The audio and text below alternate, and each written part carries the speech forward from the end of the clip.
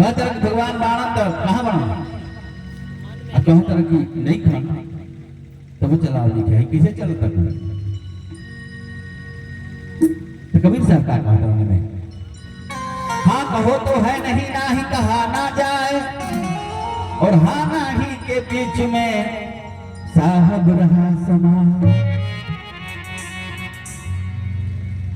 निर्गुण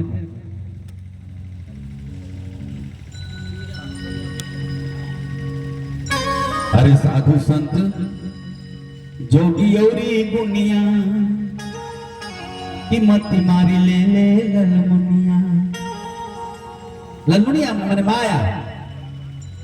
आज उसका अधीन पूरा चराचर माया हो हरी के हर मुनिया की मती मारी ले ले ललमुनिया क्यों बाचल लिखे उकरा खेमटा साधु संत जोगी और गुनिया की मती मारी ले ललमुनिया साधु संत जोगी और गुनिया की मती मारी ले ललमुनिया माया हो हरि के हर मुनिया माया हो हरि के हर मुनिया की मती मारी ले ललमुनिया साधु संत जोगी और गुनिया की मती मारी ले ललमुनिया साधु संत जोगी और गुनिया की मती मारी ले ललमुनिया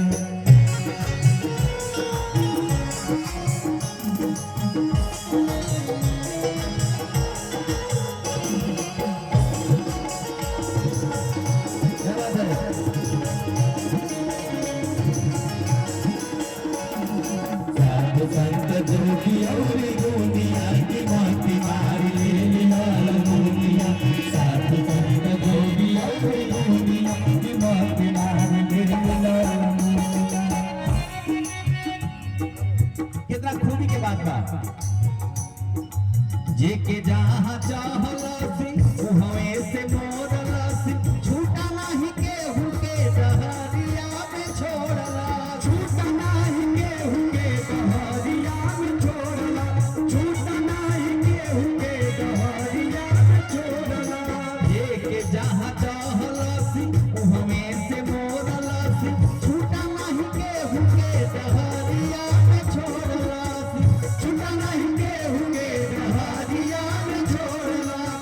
शिव के बनावल नचनिया शिव के बनावल नचनिया की मती मारी ले ललमुनिया साधु संत जोगी और गुनिया की मती मारी ले ललमुनिया साधु संत जोगी और गुनिया की मती मारी ले ललमुनिया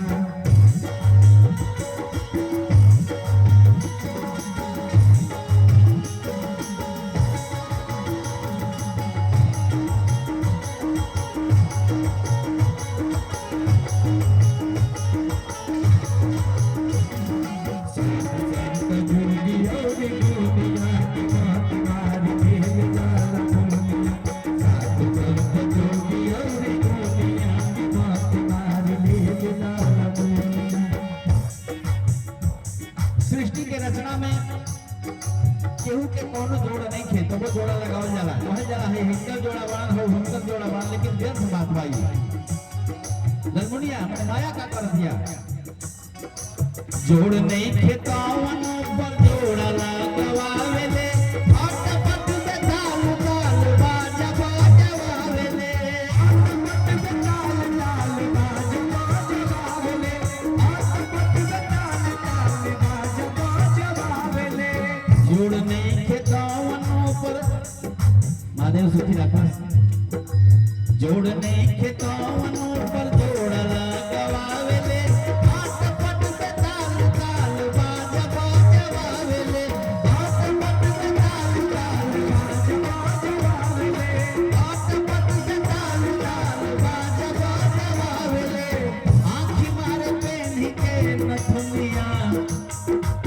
आँखी मारे पेन्ही के नथुनिया की मती मारी ले ललमुनिया साधु संत संत जोगी और गुनिया की बहुत मारी ले लाल मुनिया। साधु संत जोगी और गुनिया की बहुत मारी ले लाल मुनिया।